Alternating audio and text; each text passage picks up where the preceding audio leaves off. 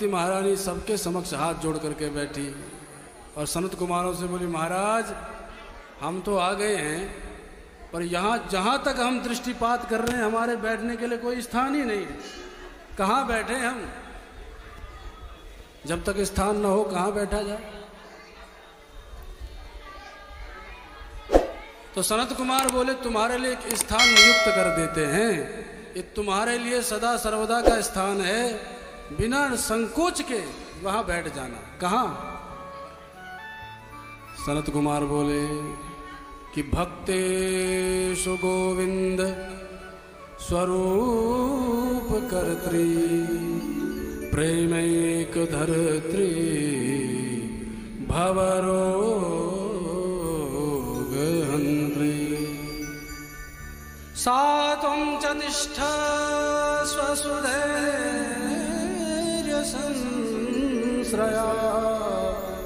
निरन्तरं वैष्णवमानसानि। भक्ति जो वैष्णव जन हैं, जो प्रभु के लाडले प्यारे भक्त हैं, उनके हृदय में तुम सदा अपने पुत्रों सहित विराजमान रहना, वहाँ विराजमान हो जाओ।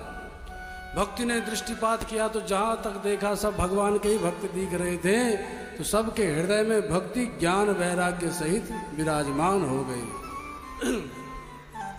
और जहाँ भक्ति वहाँ भगवान, जहाँ पत्नी वहाँ पति को आना पड़ता है। भैया पत्नी जी भले ही कितने समय तक मायके चली जाएं, पर पति को तो लेने जाना ही पड़ेगा, हाथ पकड़ के तो लाना ही पड़ेगा। सो भैया पत्नी के पास जाना ही पड़ेगा। भगवान भी देखते हैं किसके घर में भक्ति है, किसके हृदय भवन में भक्ति है। जिसके हृदय भवन में भक्ति क्या दिख गई, भगवान दीवाने हो जाते हैं। अरे यहाँ तो हमारे प्रियाजू विराजमान है, त्वं तु भक्ति प्रिया तस्या सततम प्राण तो अधिका। भगवान को भक्ति अपने प्राणों से भी प्रिय है। तो आप कल्पना करो भक्ति की कितनी महत्ता है। भक्ति को देखते ही बिहारी जी हृदय में बिना कुछ सोचे विचारे चले जाते हैं और हृदय भवन में विराजमान हो जाते हैं सदा सर्वदा के लिए। इसलिए भक्ति तुम वैष्णव के हृदय में रहो। भक्ति जब सबके हृदय में बैठ गई तो भगवान नारायण ने देखा वैकुंठ से, अरे सब देह गेह का नेह भान भूल करके मुझे ही भज रहे हैं। क्योंकि जब भक्ति हृदय में होगी तो फिर भगवान के अतिरिक्त कुछ नहीं दिखता। और जब भगवान ही दिखाई देने लगे तो भगवान नारायण ने अपने धाम वैकुंठ का त्याग कर दिया। भगवान अपने वैकुंठ को छोड़ करके सबके हृदय में प्रकट हो गए। अब भगवान नारायण वैकुंठ से आए हैं सबके हृदय में, तो चतुर्भुजी रूप धारण करना चाहिए। लेकिन भगवान नारायण ने चतुर्भुजी रूप धारण नहीं किया। भगवान सबके हृदय में त्रिभंग ललित बन करके प्रकट हो गए कि परमानंद चिन्मूर्ति अधरो मुरलीधर आविवेश स्वभक्तानां हृदयान्यमलानि च। अमल हृदय को देख करके भगवान मुरली धारण करके टेढ़ी टांग वाले बन करके सबके हृदय में प्रकट हो गए। क्यों भैया, नारायण को कोई और रूप नहीं मिला क्या? ये टेढ़ी टांग वाले बन करके ही जाना था? बोले हाँ जरूरी था। जब घी सीधी उंगली से न निकले तो टेढ़ी करनी पड़ती। और राम जी हमारे सीधे सच्चे देवता, राम जी बड़े सीधे हैं। मिथिला में जब राम जी गए ना, तो मिथिलापुर की रानियां राम जी की चर्चा करने लगी अट्टालिकाओं पर खड़ी होकर के। राम जी की अद्भुत शोभा है।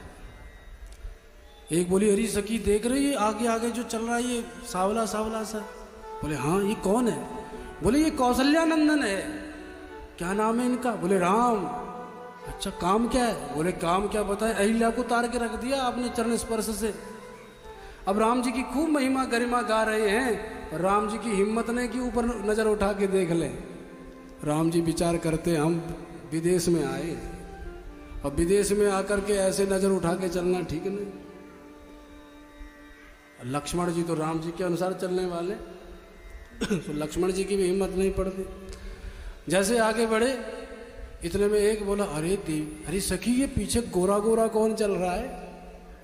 अब कान खड़े हो गए लखनलाल जी के, ये हमारे बारे में चर्चा चल रही है। अरे तुम्हें नहीं पता ये सुमित्रानंदन है? बोले काम? अरे राम जी ने तो मारीच सुबाहु का वध किया और मारीच को दूर फेंक दिया।